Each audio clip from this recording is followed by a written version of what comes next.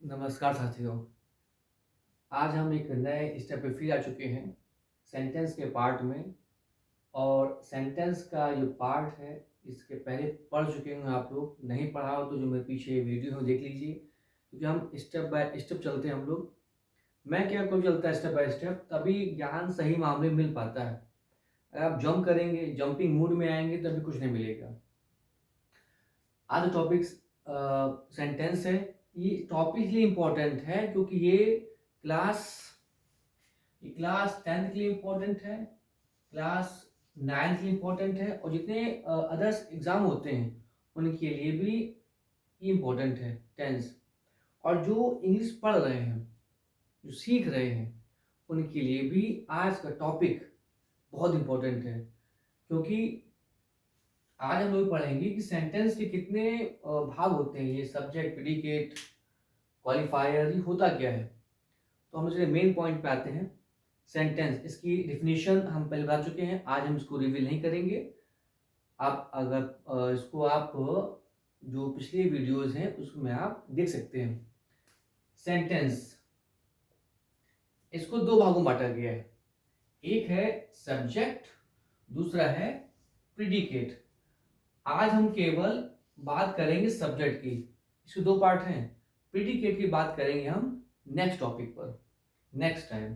अच्छा, सब्जेक्ट, ये पता होगा सब्जेक्ट को करता कहते हैं, करने वाला। छोड़ो अच्छा इसको। सब्जेक्ट को कितने भागों में बांटा जा सकता है? दो भागों में देखो। एक क्वालिफायर। क्या है क्वालिफायर? अच्छा, ये क्या होता है? ये भी बड़ा टॉपिक है।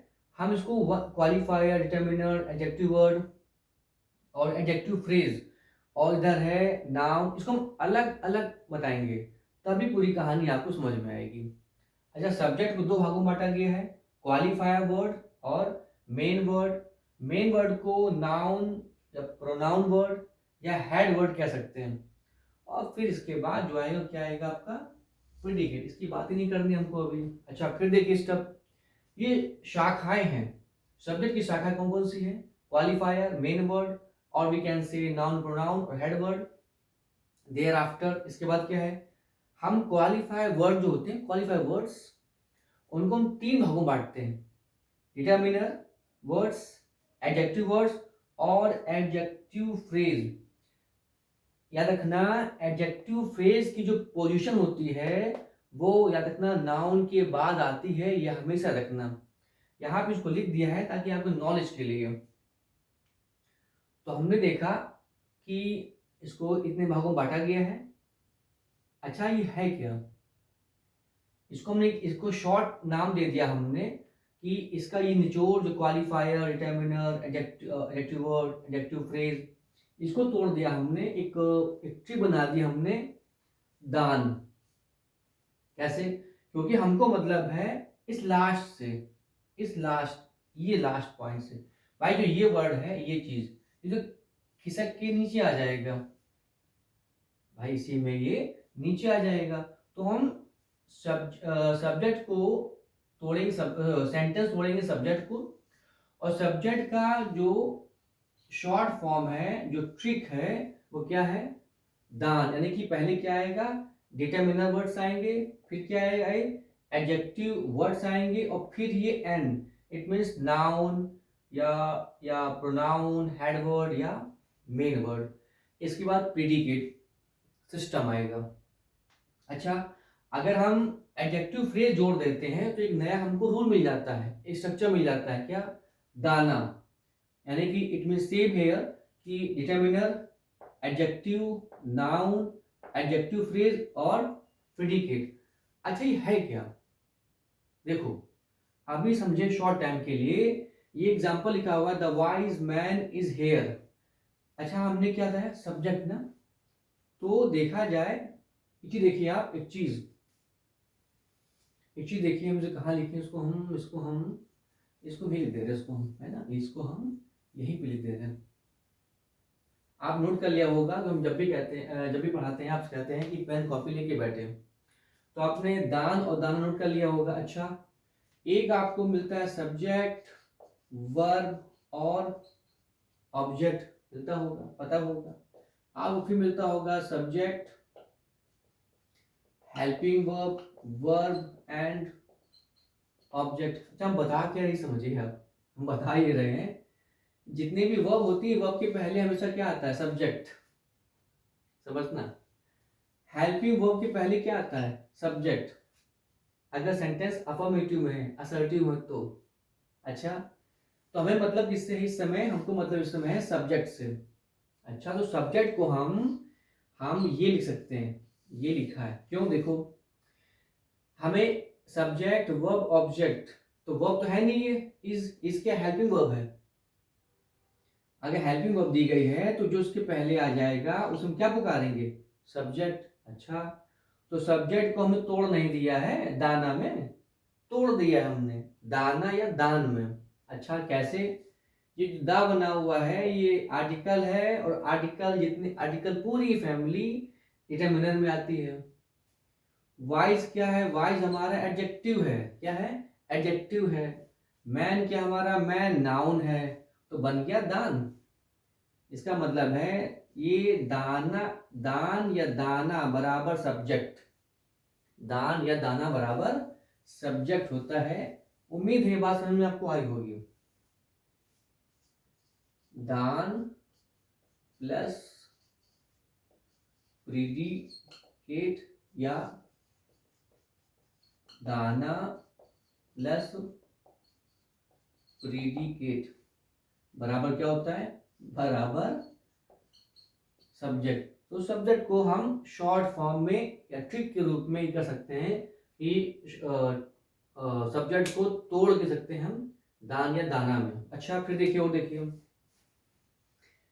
अब फिर देखिए हेल्पिंग वर्ब है, हेल्पिंग वर्ब पहले जो भी आएगा वो किसमें आएगा, वो सब्जेक्ट कहलाएगा। अच्छा तो देखा हमने एन जो है, एन ये डिटरमिनर में है, डिटरमिनर में, किसमें, डिटरमिनर वर्ड्स में। क्यों, हम बताएंगे आपको नेक्स्ट डे कि डिटरमिनर फैमिली में आर्टिकल आता है, आर्टिकल है, पजेसिव कई सारे आते हैं, तो आज की हम डीपली बात नहीं करेंगे। हम देखते हैं दाना है क्या, सिस्टम क्या है इसका। ओल्ड क्या है हमारा, ओल्ड एडजेक्टिव है। मैन क्या है, नाउन, तो बन गया दान, दान हो गया। इसका मतलब है इसके पहले जो आएगा इतना पूरा पार्ट सब्जेक्ट कहलाएगा। यहां टॉपिक जो है हमें सब्जेक्ट पकड़ना है। सब्जेक्ट एक हो गया, इसके भाग हो गए दान या दाना। अच्छा फिर देखो अब नया देखो, दाना था कैसे, माई जितने पजेसिव होते हैं, जितने भी पजेसिव होते हैं कहाँ भेज दोगे उसको, डिटरमिनर में। इसकी बात करेंगे बाद में, ठीक। तो माई जो है, माई डिटरमिनर है, क्या है, डिटरमिनर है। एल्डर आया, एल्डर, एल्डर आया है, अगर एल्डर आया है तो ये कहाँ पहुंचेगा, ये पहुंचेगा आपका, ये पहुंचेगा एडजेक्टिव में। कहाँ पहुंचेगा, ये पहुंचेगा एडजेक्टिव पहुंचेगा। सिस्टर है, सिस्टर क्या है, सिस्टर नाउन है। अच्छा अब देखो ये रहा हमारा एडजेक्टिव फ्रेज, क्या रहा हमारा, ये रहा हमारा एडजेक्टिव फ्रेज। अच्छा और एक चीज अभी समझ लें, और एडजेक्टिव फ्रेज हमेशा नाउन के बाद आता है। एडजेक्टिव फ्रेज जो हमेशा नाउन पर आता है, नाउन के बाद आता है। कैसे, ये सिस्टर जो है हमारा, ये नाउन वर्ड है, इसके बाद आ गया, इसके बाद है। तो ये जो पूरा पार्ट है ना, ये जो पूरा पार्ट है इन कानपुर, ये हमारा एडजेक्टिव फ्रेज कहलाता है। क्योंकि आपको मिलेगा जब पढ़ाएंगे, तो अभी थोड़ी जानकारी ले लीजिए। एडजेक्टिव फ्रेज कहते हैं वर्ड, ग्रुप ऑफ वर्ड्स, काम भी करता है, ये काम करता है, ये काम करता है एडजेक्टिव की तरह काम करता है। नाउन हो या प्रोनाउन की विशेषता मॉडिफाई करता है। इसकी हम बात करेंगे डीपली, क्योंकि ये स्टेप है। एक ये समझना है हमको, ये समझना है, इधर एडजेक्टिव समझना है, इधर हमें ये समझना है, और एक पार्ट और हमारा है नाउन वाला। तो ये पांच टॉपिक हैं, ये टॉपिक है, सब्जेक्ट हमारे, ये टॉपिक है। आप भी कहें सब्जेक्ट, हमारे सब्जेक्ट हमारे। अच्छा तो हमने देखा कि दाना, ये दाना काम कर रहा है, इसका मतलब है एक ये भी रूल होता है, और ये भी रूल है। अच्छा फिर देखिए, और देखिए the black dog standing in at the corner looked it. अच्छा हमको मतलब किससे है?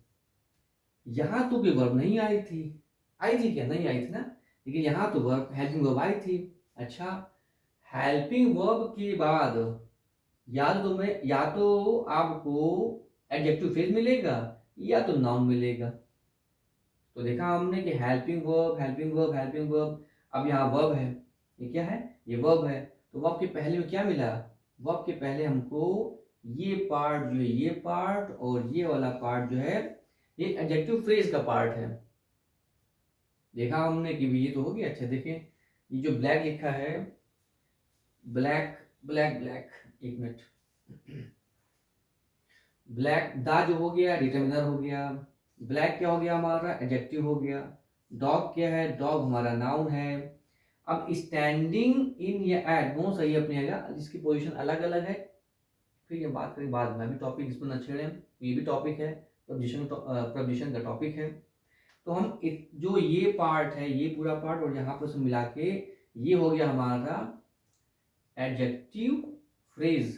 अच्छा देखो, दाना आया, डिटर्मिनर आया, एडजेक्टिव आया, नाउन आया, एडजेक्टिव फ्रेज आया, इसके बाद ही तो वर्ब आई है, आई कि नहीं आई है? तो हम ये समझ में आया कि अगर हेल्पिंग वर्ब पहले, हेल्पिंग वर्ब के पहले या वर्ब के पहले अगर एक ही सब्जेक्ट दिया गया है तो ठीक है। अगर वो तोड़ के दिया गया है, दाना ग्रुप में दिया गया है, determiner, adjective, adjective phrase, noun, इसके बाद दिया गया है, तो हम उसको रीअरेंज करते हैं। आपने पढ़ा होगा हाई स्कूल में, नहीं पढ़ा होगा तो जिन्होंने नहीं, जो पढ़ चुके हैं उन्हें पढ़ा होगा, जो नहीं पढ़ रहे हैं वो देखें। इसका जो यूज है, इसका यूज जो है वो है रीअरेंज, सेंटेंस को रीअरेंज करना, यानी कि सेंटेंस को सही क्रम में लगाना है, सही क्रम में लगाना है। और हमको यही चीज सीखनी है कि सेंटेंस को हम सही क्रम में कैसे लगाते हैं। देखिए कैसे, जैसे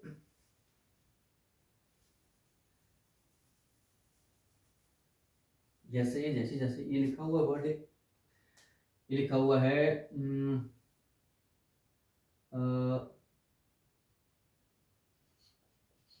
जाता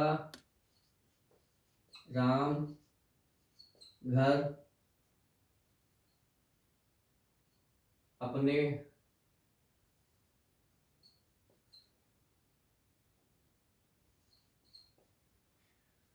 तो ओके, इस सेंटेंस जो सही क्लोजर है कैसे बनेगा? ये जंबल में है, ये ऊटपटांग लिखा हुआ है, अनइवन है। अगर नीचे पकड़ दिया आपने, ये एक मंत्र है, क्या है? एक ऐसा मंत्र है कि आपने इसको सीरियलाइज कर लिया, रीअरेंज कर लिया, तो आपको जो इंग्लिश में है पार्ट्स ऑफ सेंटेंस, इसको हम क्या कहते हैं? इसको हम पार्ट्स ऑफ सेंटेंस भी कहते हैं। तो आप कोई भी सेंटेंस हो, वो जंबल फॉर्म में होगा, तो आप उसको सही क्रम लगा लोगे, रीअरेंज कर लोगे। लेकिन कब? जब आप ये तरीका, ये सूत्र, ये फॉर्मूला यूज कर लेंगे। अच्छा, इसको हम ट्रिक कहते हैं। इसको कैसे? इसका बनेगा, इसका बनेगा कि राम अपने घर जाता है। जिन लोगों ने इसको सही क्रम में लगाया है, वो अपनी उसी ट्रिक, उसी बुद्धि का, उसी ज्ञान का यूज करें। क्योंकि देखो कैसे, अगर लिखा हुआ है, अगर लिखा हुआ है goes Ram school to daily, आप इसको सही क्रम क्या बनाओगे? अगर ये बनाया आपने दिमाग से कि पहले क्या आया, फिर क्या आएगा, फिर क्या आएगा, फिर क्या आएगा, वही क्रम ये है। और यही क्रम दाना कहलाता है, दाना या दान, और भी मिलेंगे आपको। और इसका जो छोटा भाई है, छोटा भाई यानी कि सब्जेक्ट, वर्ब और ऑब्जेक्ट, एक आपको ये मिलेगा, सब्जेक्ट, हेल्पिंग वर्ब, वर्ब और ऑब्जेक्ट, एक ये मिलेगा, एक मिलेगा दान, क्या मिलेगा, दान प्लस प्रीडिकेट, क्या मिलेगा, प्रीडिकेट, और एक मिलेगा आपको दाना, क्या मिलेगा, दाना, दाना प्लस प्रीडिकेट।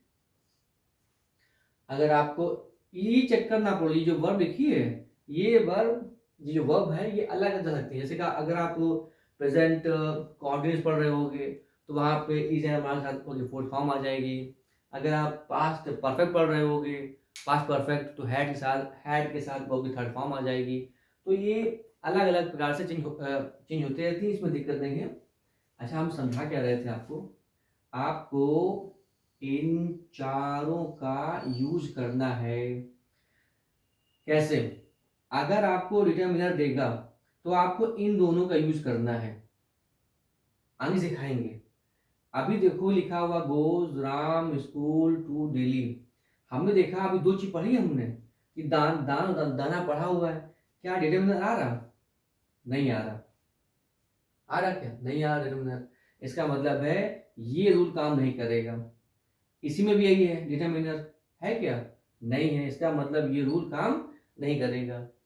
अच्छा, सब्जेक्ट, अब इसमें जो सब्जेक्ट है वो डायरेक्ट आ गया है, जो कुछ कहते हैं डायरेक्ट, कुछ कहते हैं डायरेक्ट, है ना, तो हम as you wish you can से।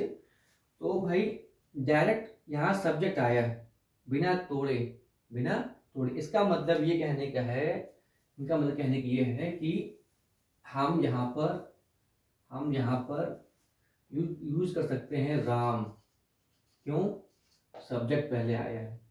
अब देखो ये जो है फिर कह रहा है, छोड़ो, फिर वर्ब है। अब ये हेल्प, ये इसको देखो चाहे इसको देखो, सब्जेक्ट से आ गया, यूज कर लिया हमने।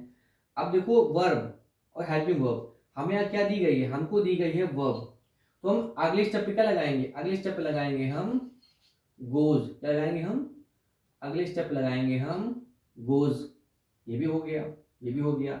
अब बचा ऑब्जेक्ट, हमने बताया था अगर आप किसी स्थान की ओर जा रहे हो तो स्थान के पहले क्या आ जाएगा, टू, और एडवर्ब जो है भाई देखो उसकी पोजीशन होती है एडवर्ब को, ऐसा नहीं होता कि सारी लास्ट में आती है ना, लेकिन टाइम जो होता है टाइम वो लास्ट में आता है। डेली, अब यहाँ लगा लीजिए, डेली को दिक्कत, लास्ट बचा था, यहाँ लगा लीजिए। सही क्रम क्या हो गया भाई, इसका सही क्रम हो गया Ram goes to school daily, Ram goes to school daily. तो हमने इसका यूज किया। हमें यही सीखना है आगे कि सेंटेंस उट पटांग देगा, एक सब्जेक्ट को यहाँ पर हो, हेल्पिंग वर्ब यहाँ दी गई हो, एडवर्ब यहाँ दी गई हो, तो हमको सबका सीक्वेंस मिला के चलना है। इसीलिए आज केवल ये स्टार्टिंग थी कि हम क्या सीखना चाहते हैं, हमें सीखना है रीअरेंज सेंटेंस। बोर्ड एग्जाम में पूछा जाता है, अधिकतर कॉम्पिटिशन एग्जाम में ये देता है, इसको सही क्रम लगाओ, पहले क्या आएगा, सब्जेक्ट आएगा, तो सब्जेक्ट तोड़ दे देगा दाना ग्रुप में, तो इसका एक क्रम होता है जिसको सीखना है। कब सीख पाओगे आप सीख पाओगे जब आपको क्वालिफाई वर्ड्स पता होंगे, जब आपको नाउन क्या है पहचानना, सेंटेंस पहचानना, प्रोनाउन कैसे पहचानेंगे हम, डिटरमिनर्स वर्ड्स क्या होते हैं, एडजेक्टिव वर्ड्स क्या होते हैं, और एडजेक्टिव फ्रेज क्या होता है, और इनको हम सही क्रम लगाने के लिए दाना यूज करते हैं। तो दाना में सही क्रम लगाने के लिए हमें इन टॉपिक्स का पढ़ना जरूरी है, तभी हम समझ पाएंगे, तभी वहां पर हम लगा पाएंगे। जैसे राम अपने घर जाता है, जिस तरह से उसको हमने सेट किया वैसे हमें इंग्लिश के सेंटेंस को, इंग्लिश के वर्ड को सही क्रम में सेट करके एक वाक्य बनाना है मीनिंगफुल। आज के इतना काफी है, जब हम कल फिर हमें मिलेंगे तो आपको बताएंगे हम क्वालिफायर वर्ड्स हो गए, डिटरमिनर्स, हम कोई उठा लेंगे कोई टॉपिक, हम इसके बारे में बात करेंगे। ये टॉपिक बहुत इंपॉर्टेंट है और इसको आप ध्यान से पढ़ना, लेकिन हाँ कंडीशन मेरे साथ यही है कि कॉपी पेन लेके बैठना जब पढ़ना। उम्मीद है आज आप क्या सीखना है तो आपको ये समझ में आई होगी। अगर जानकारी अच्छी लगी हो तो अपने चैनल श्री विद्यापीठ को सब्सक्राइब करें, लाइक करें एंड शेयर करें। नमस्कार।